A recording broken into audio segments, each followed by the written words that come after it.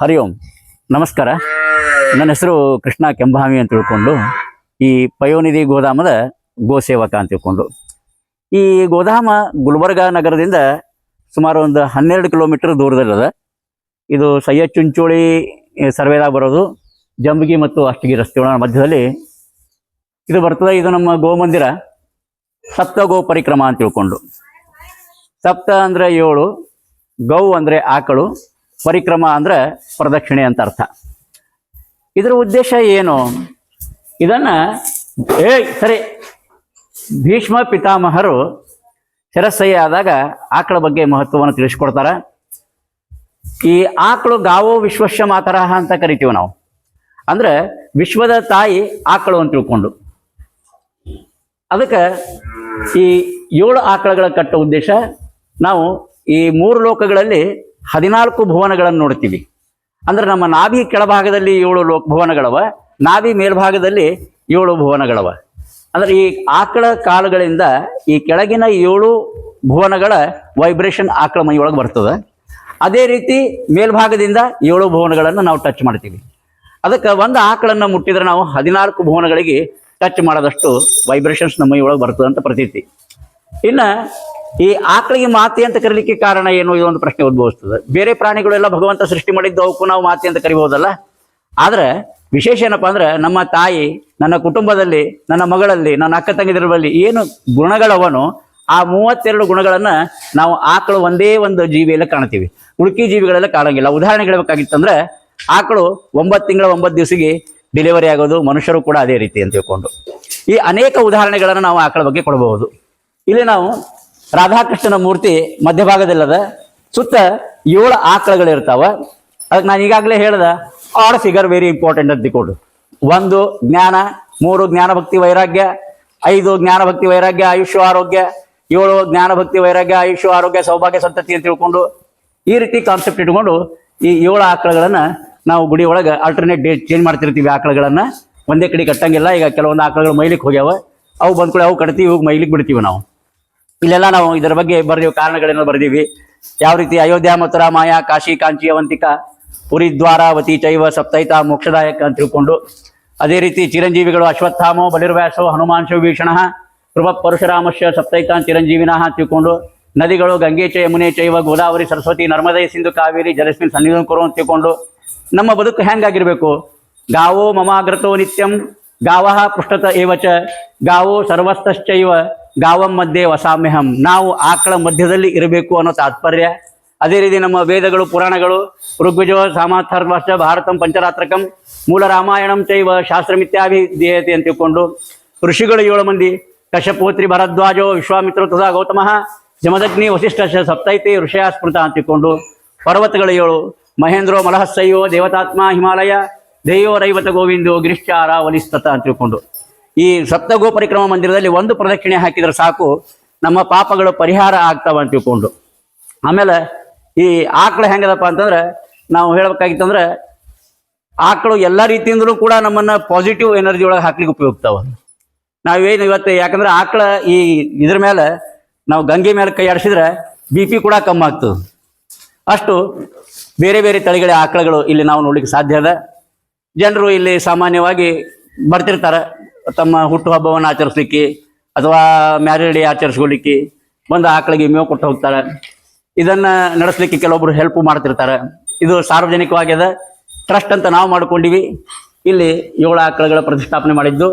ಇದು ಕೃಷ್ಣಶಿಲೆಯಲ್ಲಿ ಮಾಡಿಸಿದ ರಾಧಾಕೃಷ್ಣನ ಮೂರ್ತಿ. ರಾಧಾಕೃಷ್ಣನ ಮೂರ್ತಿ ಈ ನವತಾಲ್ ಅಂತ ತಿಳ್ಕೊಂಡು ಇದನ್ನು ಕೂಡ ಶಾಸ್ತ್ರೋಕ್ತ ಮಾಡಿದ್ದು. ಇಲ್ಲಿ 4 ಭಾಗಗಳವ: ಸತ್ಯಯುಗ, ತ್ರೇತಾಯುಗ, ದ್ವಾಪರ ಯುಗ, ಕಲಿಯುಗ ಅಂತ ತಿಳ್ಕೊಂಡು. ಈ ರೀತಿ ನಾವು ಇದನ್ನ ಶಾಸ್ತ್ರೋಕ್ತವಾಗಿ ಇದನ್ನ ಮಂದಿರವನ್ನು ನಿರ್ಮಾಣ ಆಗ್ಯದ. ಇದು ಅಷ್ಟಗುನಲ್ಲಿ ಅಂದ್ರೆ ಅಷ್ಟಭುಜದಲ್ಲಿ ಈ ಗುಡಿ ನಿರ್ಮಾಣ ಆಗ್ಯದ. ಇದು 2015ರಲ್ಲಿ ಇದನ್ನ ನಾವು ಪ್ರಾರಂಭ ಮಾಡೀವಿ. ಎಲ್ಲರ ಸಹಕಾರದಿಂದ ಈ ದೇವಸ್ಥಾನ ನಡೆದದ. ಇನ್ನು ಈ ದೇವಸ್ಥಾನಕ್ಕೆ ನಾವು ಕೆಲವೊಂದು ಉತ್ಪನ್ನಗಳನ್ನು ಗೋಮಯ ಮತ್ತು ಗೋಮೂತ್ರದಿಂದ ಉತ್ಪನ್ನಗಳನ್ನು ತಯಾರು ಮಾಡಿ ಅದರ ಮಾರಾಟದಿಂದ ಈ ಗೋಮಂದಿರವನ್ನು ನಾವು ನಡೆಸ್ತಾ ಇದ್ದೀವಿ. ತಾವು ಕೂಡ ಇಲ್ಲಿ ಒಂದ್ಸಲ ಸಂದರ್ಶನ ಮಾಡಬಹುದು, ಒಂದು ದರ್ಶನ ತಗೊಂಡು ಪುನೀತರಾಗಬಹುದು. ಇದು ನಮಗೆ ಸಪ್ತ ಗೋ ಪರಿಕ್ರಮ ಅಂದ್ರಲ್ಲ, ಹಂಗ ಅಂದ್ರೆ ಏನು ಅಂತ? ಹೆಸರಿನಲ್ಲಿ ಗೊತ್ತಾಗ್ತದೆ. ಸಪ್ತ ಅಂದ್ರೆ 7, ಗೌ ಅಂದ್ರೆ ಆಕಳು, ಪರಿಕ್ರಮ ಅಂದ್ರೆ ಪ್ರದಕ್ಷಿಣೆ ಅಂತ.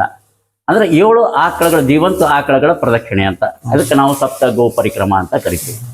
ಈಗ ನಾವು ದೇವಸ್ಥಾನಕ್ಕೂ ಪ್ರದಕ್ಷಿಣೆ ಹಾಕ್ತೀವಿ, ಅದಕ್ಕೂ ಇದಕ್ಕೂ ಏನಾದ್ರು ಹೆಚ್ಚಿನ ಮಹತ್ವ ಇದೆಯಾ? ಯಾವುದೇ ದೇವಸ್ಥಾನಕ್ಕೆ ಪ್ರದಕ್ಷಿಣೆ ಹಾಕೋದ್ರಲ್ಲಿ ಹೆಚ್ಚಿನ ವ್ಯತ್ಯಾಸ ಏನಿರಂಗಿಲ್ಲ. ಇಲ್ಲಿ ಪ್ರಮುಖವಾಗಿ ನಾವು ಆಕಳನ್ನು ಪ್ರದಕ್ಷಿಣೆ ಹಾಕ್ತೀವಿ. ಆಕಳ ಪ್ರದಕ್ಷಿಣೆ ಹಾಕೋಕ್ಕೆ ಕಾರಣ ಏನಪ್ಪಾ ಅಂತಂದ್ರೆ, ಈ ಆಕಳ 4 ಕುರಗಳು ಮ್ಯಾಲಿನ ಭಾಗ, ಅಂದ್ರೆ 4 ಕುರಗಳಿಂದ ಈ ನಾವು ನಾಭಿ ಕೆಳಭಾಗದಲ್ಲಿ ಇರ್ತಾವಲ್ಲ ಲೋಕಗಳು, ಭುವನಗಳಿರ್ತಾವಲ್ಲ, ಅತಳ ಸುತಳ ಪಾತಾಳ ರಸಾತಳ ತಳಾತಳ ಅಂತ ತಿಳ್ಕೊಂಡು ಈ 7 ಭುವನಗಳಿಗೆ ಅದರ ವೈಬ್ರೇಷನ್ಸ್ ಎಲ್ಲ ಎನರ್ಜಿ ಆಕಳ ಕುರದಿಂದ ಬರ್ತದೆ. ಮೇಲಿನ ಭಾಗದಿಂದ 7 ಭುವನಗಳ ಇದು ಪಾಸಿಟಿವ್ ಎನರ್ಜಿ ಬರ್ತದೆ. ಅದಕ್ಕೆ ಆಕಳಿಗೆ ಪ್ರದಕ್ಷಿಣೆ ಹಾಕೋದು ವಿಶೇಷತಃ ಇಂಪಾರ್ಟೆಂಟ್. ಈ 7 ಆಕಳ ಅಂದ್ರಲ್ಲ, 7 ಆಕಳಕ್ಕೆ ಏನಾದ್ರು ಒಂದು ಅರ್ಥ ಅದ ಏನೋ? 7 ಯಾಕೆ ಅಂತೇಳಿ ನಾವು ಯಾವಾಗಲೂ ದೇವಸ್ಥಾನಗಳಲ್ಲಿ ಪ್ರದಕ್ಷಿಣೆ ಆಗ್ಬೇಕಾದ್ರೆ ದೇವರನ್ನ 7 ಕೇಳಬೇಕು. ನಾವು ಏನೇನೋ ಕೇಳ್ತಿರ್ತೀವಿ, ನಮ್ಮ ಬಂಗ್ಲಾ ಕೊಡು, ಮನೆ ಕೊಡು, ಹೆಂಡತಿ ಕೊಡು, ಮಕ್ಕಳು ಕೊಡು, ಇವನ್ನೆಲ್ಲ ಕೇಳ್ತೀವಿ. ಅದನ್ನ ಕೇಳೋ ಅವಶ್ಯಕತೆ ಇಲ್ಲ, ಭಗವಂತ ತಮ್ಮ ಪ್ರೇರಣೆ ಕೊಟ್ಟೆ ಕೊಡ್ತಾನ. ಆದ್ರೆ ನಾವು ಯಾವಾಗಲೂ ಆಡ್ ಫಿಗರ್ನಲ್ಲಿ ಪ್ರದಕ್ಷಿಣೆಯನ್ನು ಹಾಕ್ತೀವಿ. ನಾನು ಹೇಳ್ತೀನಿ, 1 ಪ್ರದಕ್ಷಿಣೆ ಹಾಕ್ರಿ ನೀವು ಕೇವಲ ಜ್ಞಾನ ಕೇಳ್ರಿ, 3 ಹಾಕ್ರಿ ಜ್ಞಾನ ಭಕ್ತಿ ವೈರಾಗ್ಯ, 5 ಹಾಕ್ರಿ ಜ್ಞಾನ ಭಕ್ತಿ ವೈರಾಗ್ಯ ಆಯುಷ್, 7 ಹಾಕ್ರಿ ಜ್ಞಾನ ಭಕ್ತಿ ವೈರಾಗ್ಯ ಆಯುಷ್ ಆರೋಗ್ಯ ಸೌಭಾಗ್ಯ ಸಂತತಿ. ಹಂಗ ಈ ಆಡ್ ಫಿಗರ್ನಲ್ಲಿ ಹಾಕೋದ್ರಿಂದ ನಾವು ಭಗವಂತನಿಗೆ ಏನು ಕೇಳಬೇಕು ಅದನ್ನೇ ಕೇಳಬೇಕಂತ. ಯಾಚಕರ ಆಗಬಾರ್ದು ಭಗವಂತನ ಹತ್ರ. ಭಗವಂತ ಎಲ್ಲವನ್ನೂ ಕೊಟ್ಟಾನ ನಮಗೆ. ಈ ನಾವು ಕೇಳೋದೇನು ನಮಗೆ ಜ್ಞಾನ ಭಕ್ತಿ ವೈರಾಗ್ಯ ಅಂತ ಕೇಳೋದು. ಅದಕ್ಕೆ 7 ಹಾಕೋದು ಉತ್ತಮ ಅಂತ ತಿಳ್ಕೊಂಡು ನಮ್ಮ ಜೀವನದಲ್ಲಿ ಒಳ್ಳೆಯ ಘಟನೆಗಳು ಘಟಿಸ್ತಾವ ಅಂತ ತಿಳ್ಕೊಂಡು.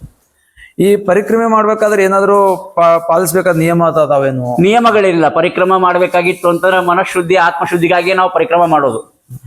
ಇಲ್ಲಿ ಆತ್ಮವಂತನೆ ಒಂದೇ ಮಹಾಪಾಪ, ಉಳುಕಿದ ಯಾವುದು ಪಾಪಗಳಲ್ಲ. ತಿಳಿದು ತಿಳಿಲಾರದೆ ಅನೇಕ ಪಾಪಗಳನ್ನು ಮಾಡಿರ್ತೀವಿ ನಾವು. ಇದು ಹಾಕೋದ್ರಿಂದ ಅದು ಪರಿಹಾರಕ್ಕಾಗಿ, ನಾವು ಪುಣ್ಯ ಸಂಪಾದನೆ ಮಾಡೋದಕ್ಕಿಂತ ಹೆಚ್ಚಾಗಿ ಪಾಪವನ್ನ ಕಡಿಮೆ ಮಾಡ್ಕೊಲಿಕ್ಕೆ ಅಷ್ಟೇ. ಪುಣ್ಯ ನಮ್ಮ ಕರ್ಮದಲ್ಲಿ ಎಷ್ಟು ಬರೆದಿರ್ತದೆ ಅಷ್ಟು ಇದೇ ಇರ್ತದೆ. ಇದು ಶಾಸ್ತ್ರದಾಗ ಇದರಿಂದ ಫಲಗಳೇನಾದ್ರು ಇದಾವ? ಫಲಗಳ ಉಲ್ಲೇಖ ಏನಾದ್ರು ಅದಾವ ಆಲ್ರೆಡಿ? ಇದನ್ನ ನಾವು ಭೀಷ್ಮ ಪುರಾಣದಲ್ಲಿ ನೋಡ್ತೀವಿ. ಅಂದ್ರೆ ಭೀಷ್ಮರು ಶರಸಯ್ಯ ಆದಾಗ ಧರ್ಮರಾಜ ಕೃಷ್ಣನ ಜೊತೆಯಲ್ಲಿ ಅವ್ರ ಹತ್ರ ಹೋಗ್ತಾನ. ಅವಾಗ ಇದ್ರ ಬಗ್ಗೆ ಉಲ್ಲೇಖ ಹಾಕಿದ. ಇನ್ನೊಂದು ಗರುಡ ಪುರಾಣದಲ್ಲಿ ಇದ್ರ ಬರ್ತದೆ ಮಹತ್ವ. ಇದ್ರದ್ದು ಏನಪ್ಪಾ ಅಂತಂದ್ರೆ, ನಾವು 6 ತಿಂಗಳ ಒಳಗಾಗಿ ಆಕಳವನ್ನು ದಾನ ಕೊಡಬೇಕು ಅಂತ ಶಾಸ್ತ್ರ ಹೇಳ್ತದೆ. ಕಾರಣ ಏನು ಅಂದ್ರೆ, ಗರುಡ ಪುರಾಣದಲ್ಲಿ ಈ ನಾವು ಅಲ್ಲಿ ವೈತರಣಿಕಾ ನದಿ ಅಂತ ಒಂದು ನದಿ ಬರ್ತದೆ. ರಕ್ತ ಕಿವು ಹೊರಸದಿಂದ ತುಂಬಿದಂತ ನದಿ ಅದು. ಅದನ್ನ ಯಾವ ನಾವಿಕರು ದಾಟಿಸ್ಲಿಕ್ಕೆ ಆಗಂಗಿಲ್ಲ. ಕೇವಲ ಆಕಳ ಬಾಲ ಸ್ಪರ್ಶದಿಂದ ಮಾತ್ರ ನಾವು ಅದನ್ನು ದಾಟ್ಲಿಕ್ಕೆ ಸಾಧ್ಯ ಅದ. ಇದು ಗರುಡ ಪುರಾಣದಾಗ ಬರೆದಿದ್ದದ. ಇದನ್ನ ವೇದವ್ಯಾಸರು ಬರೆದಿದ್ದದ. ಈಗ ನಾವು ಬಾಲ ಹಿಡಿದ್ರೆ ಆಟೋಮೆಟಿಕ್ ಆಗಿ ಮುಂದೆ ನಾವು ಹೋಗ್ತೀವಿ ಅಂತ. ಆಮೇಲೆ ಇಲ್ಲಿ ಗರ್ಭಿಣಿಯರು, ವೃದ್ಧರು, ಮಕ್ಕಳು ಯಾರನ್ನು ಬಂದು ಪ್ರದಕ್ಷಿಣೆ ಹಾಕ್ಬೋದು? ಪ್ರದಕ್ಷಿಣೆ ಹಾಕ್ಬೇಕು. ಇದನ್ನ ಬಹಳಷ್ಟು ಇದ್ರ ಬಗ್ಗೆ, ಯಾಕಂದ್ರೆ ಗೋಮಯ ವಸತಿ ಲಕ್ಷ್ಮಿ ಗೋಮೂತ್ರಿ ಧನ್ವಂತರಿ ಅಂತ ಕರಿತೀವಿ ನಾವು. ಈ ಗೋಮೂತ್ರದಲ್ಲಿ ಮೆಡಿಸಿನಲ್ ವ್ಯಾಲ್ಯೂಸ್ ಅವ. ಜನರಿಗೆ ಸಾಮಾನ್ಯವಾಗಿ ಗೋಮೂತ್ರ ಅಂದ್ರೆ ಆಕಳ ಉಚ್ಚಿ ಅಂತ ತಿಳ್ಕೊಂಡ್ಬಿಟ್ಟಾರ. ಅದನ್ನ ಬ್ರಾಹ್ಮಿ ಮುಹೂರ್ತಕ್ಕೆ ನಾವ್ ಏನಾದ್ರೂ ಆಕಳ ಮೂತ್ರವನ್ನು ತಗೊಂಡೇವು ಅಂತಂದ್ರೆ ಅನೇಕ ರೋಗಗಳು ಕಮ್ಮಿ ಆಗ್ತಾವೆ. ಎಲ್ಲದಕ್ಕೂ ವೈಜ್ಞಾನಿಕ ಹಿನ್ನೆಲೆ ಕೊಡ್ಲಿಕ್ಕೆ ಕಷ್ಟ. ಬಟ್ ಇದನ್ನು ತಗೊಂಡವ್ರು ಎಷ್ಟೋ ಮಂದಿ ಆರಾಮಾಗಿ ಹೋಗ್ಯಾರ. ಕ್ಯಾನ್ಸರ್ ಪೇಷಂಟ್ ಕೂಡ ಬರ್ತಿರ್ತಾರ ಪಾಪ. ಅವ್ರು ಇದ್ದು ಇದನ್ನ ಔಷಧಿ ಅಂತ ಟ್ರೀಟ್ಮೆಂಟ್ ತಗೊಂಡು ಆರಾಮಾಗಿ ಹೋಗಿದ್ದು ಎಷ್ಟೋ ಉದಾಹರಣೆಗಳು ಮಾತ್ರ ಅವು. ಇಂದಿನ ದಿನವೇ ಶುಭ ದಿನ, ಇವತ್ತಿನ ದಿನ ಅದು ಒಳ್ಳೆ ದಿನ ಅಂತ ತಿಳ್ಕೊಂಡು ನಾವು ಹೋಗ್ಬೇಕು ದೇವಸ್ಥಾನಗಳಿಗೆ. ನಮ್ಮ ಮಾನಸಿಕ ನೆಮ್ಮದಿಗೆ ಹಾಗಾಗಿ, ನಮ್ಮ ಮಾನಸಿಕ ನೆಮ್ಮದಿ ಬೇಕಾಗಿತ್ತು ಅಂದ್ರೆ ದಿನ ನಕ್ಷತ್ರ ಯಾವೂ ಬೇಕಾಗಿಲ್ಲ. ಪರ್ಟಿಕ್ಯುಲರ್ಲಿ ಇಲ್ಲೇನಾಗ್ತಂದ್ರೆ ಅಮಾವಾಸ್ಯೆ ದಿವಸ ಕೆಲವೊಂದು ಸಮಾಜದೊಳಗೆ ಈ ಆಕಳ ಬಾಲ ಹಿಡಿದು ತರ್ಪಣವನ್ನು ಕೊಡ್ತಾರೆ. ಅಂದ್ರೆ ತಮ್ಮ ಪಿತೃಗಳಿಗೆ, ಅವ್ರ ತಂದೆ ತಾಯಿ ಇರ್ಲಾರ್ದವರು, ತಂದೆ ತಾತ ಮುತ್ತಜ್ಜ ಇವರ ಹೆಸರಲ್ಲೇ ತರ್ಪಣವನ್ನು ಕೊಡ್ತಾರೆ. ಆಕಳ ಬಾಲ ಇಟ್ಕೊಟ್ರೆ ಬಹಳ ಶ್ರೇಷ್ಠ ಅಂತ ತಿಳ್ಕೊಂಡು ಅದಕ್ಕೆ ಅಮಾವಾಸ್ಯೆ ದಿವಸ ಕೆಲವರು ತರ್ಪಣ ಕೊಡ್ಲಿಕ್ಕೆ ಬರ್ತಿರ್ತಾರೆ. ಆಮೇಲೆ ನೀವು ಇಲ್ಲಿ ಕಲಬುರಗಿ ಒಳಗ ಈ ಮಂದಿರ ಸ್ಟಾರ್ಟ್ ಮಾಡ್ಲಿಕ್ಕ, ಪ್ರಾರಂಭ ಮಾಡ್ಲಿಕ್ಕ ಏನಾರ ಹಿನ್ನೆಲೆ ಅದ ಅಥವಾ ಮತ್ತೆ ಏನಿಲ್ಲ? ನನಗೆ ಮೊದಲು ಆಕಳ ಜೊತೆಯಲ್ಲಿ ಒಡನಾಟ ಇತ್ತು. ಆದ್ರೆ ಆಕಳ ಜೊತೆ ಇರ್ತೀನಿ ಅಂತ ಧೈರ್ಯ ನನಗಿರ್ಲಿಲ್ಲ. ನಾನು 28 ವರ್ಷ ಹೈಸ್ಕೂಲ್ ಟೀಚರ್ ಅಂತ ಮಾಡಿದೆ. ಆಕಳ ಜೊತೆ ಬಹಳಷ್ಟು ವ್ಯಾಮೋಹ ಇತ್ತು. ನನ್ನ ತಲೆ ಒಳಗೆ ಕಾನ್ಸೆಪ್ಟ್ ಇತ್ತು. ಇದನ್ನ ನಾವು ಒಂದ್ ಕಡೆ ಕೇಳಿದ್ದೆ, ನೋಡಿದ್ದಿಲ್ಲ. ಕನ್ನೇರಿ ಒಳಗದ ಅಂತ ತಿಳ್ಕೊಂಡು ಅದನ್ನು ನೋಡ್ಬೇಕಂತ ತಿಳ್ಕೊಂಡು ಒಂದ್ಸಲ ನನ್ನ ಗೆಳೆಯರ ಸಂಗತಿ ಹೋದಾಗ ಅದನ್ನು ನೋಡಿದೆ. ನಾವು ನಮ್ಮ ಭಾಗದಲ್ಲಿ ಯಾಕೆ ಮಾಡಬಾರ್ದು ಅಂತ ತಿಳ್ಕೊಂಡು ವಿಚಾರ ಮಾಡಿ, ಈ ನನಗನ್ಸಿದ ಮಟ್ಟಿಗೆ ಕರ್ನಾಟಕದಾಗ ಇದು ಒಂದೇ ಇರಬಹುದು ಅಥವಾ ಮತ್ತೆಲ್ಲ ಇತ್ತು ಅಂದ್ರೆ ಕಲ್ಯಾಣ ಕರ್ನಾಟಕದಾಗ ಇದು ಒಂದೇ ಅಂತ ಹೇಳ್ಬೋದು. ಇಲ್ಲಿ ನೀವೇನಾದ್ರು ಸ್ಪೆಷಲ್ ಪೂಜಾ ಪುನಸ್ಕಾರ ಮಾಡ್ತಾರ? ಯಾರು ಬರ್ತಾರೆ ಪೂಜಾ ಸಲ? ಬಹಳಷ್ಟು ಹೋಮ ಹವನಗಳು ನಡೆದಿರ್ತಾವೆ ಇಲ್ಲಿ. ಆಮೇಲೆ ಸಾಮಾನ್ಯವಾಗಿ ಹೇಳ್ಬೇಕಾದ್ರೆ ಕೃಷ್ಣಾಷ್ಟಮಿ ವಿಜೃಂಭಣೆಯಿಂದ ಆಗ್ತದೆ. ಆಮೇಲೆ ವರದಂತಿ ಅಂತ ನಾವು ಮಾಡ್ತೀವಿ. ಅಂದ್ರೆ ಹೋಳಿ ಹುಣ್ಣಿ ಅದಕ್ಕೆ ದ್ವಿತೀಯ 2ನೇ ತಿಥಿಗೆ ನಾವು ಇದನ್ನ ವರದಂತಿ ಅಂದ್ರೆ ಸ್ಥಾಪನೆ ಮಾಡಿದ ದಿವಸ ಅಂತ ತಿಳ್ಕೊಂಡು ಮಾಡ್ತೀವಿ. ಅಲ್ಲೂ ಕೂಡ ಜನ ಬಂದು ತೀರ್ಥ ಪ್ರಸಾದ ತೊಗೊಂಡು ಹೋಗ್ತಿರ್ತಾರೆ. ಈ ಪರಿಕ್ರಮ ಎಷ್ಟು ಬಾರಿ ಮಾಡ್ಬೇಕ್ರಿ? ಗುಡಿಯಾಗ ಹೋದಾಗ 5, 3 ಮಾಡ್ತೀವಿ, ಹಂಗೆ ಇಲ್ಲಿ ಎಷ್ಟು? ಇಲ್ಲೂ ಕೂಡ ಅಷ್ಟೇ ಇದೆ, ಆಡ್ ಫಿಗರ್ನಾಗೆ ನಾವು ಮಾಡೋದು. 1, 3, 5, 7, 9, 11 ಈ ರೀತಿ.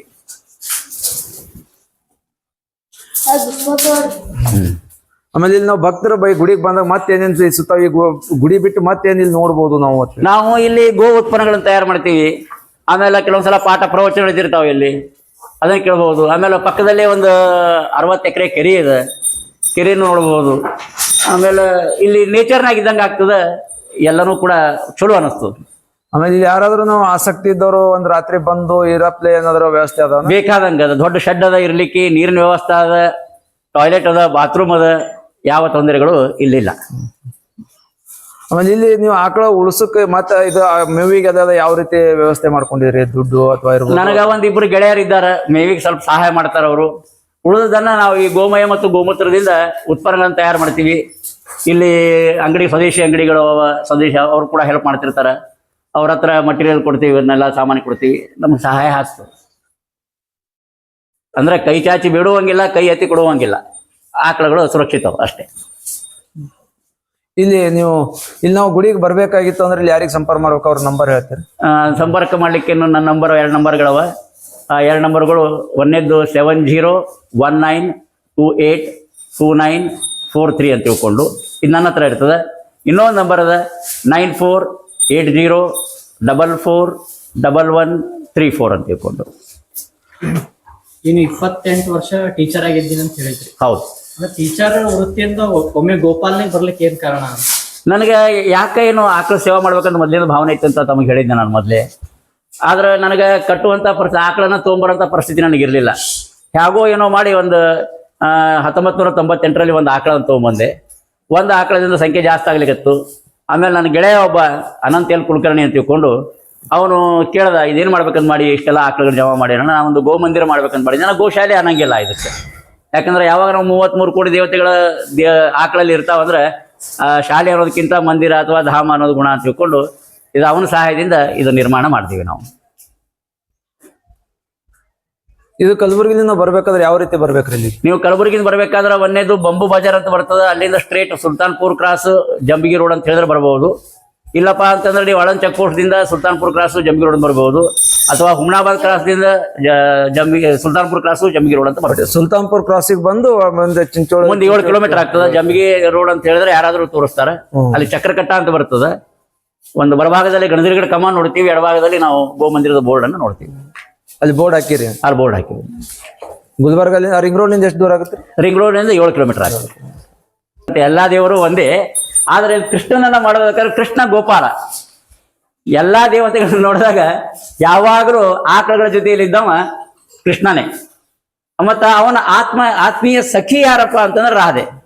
ಈ ಕಾರಣಗಳಿಂದಾಗಿ ರಾಧಾ ಮತ್ತು ಕೃಷ್ಣನ ಮೂರ್ತಿಯನ್ನ ಇಲ್ಲಿಟ್ಟಿದ್ದು. ಇದು ಮೂರ್ತಿನೂ ಬಹಳ ವಿಶೇಷ ಅದ.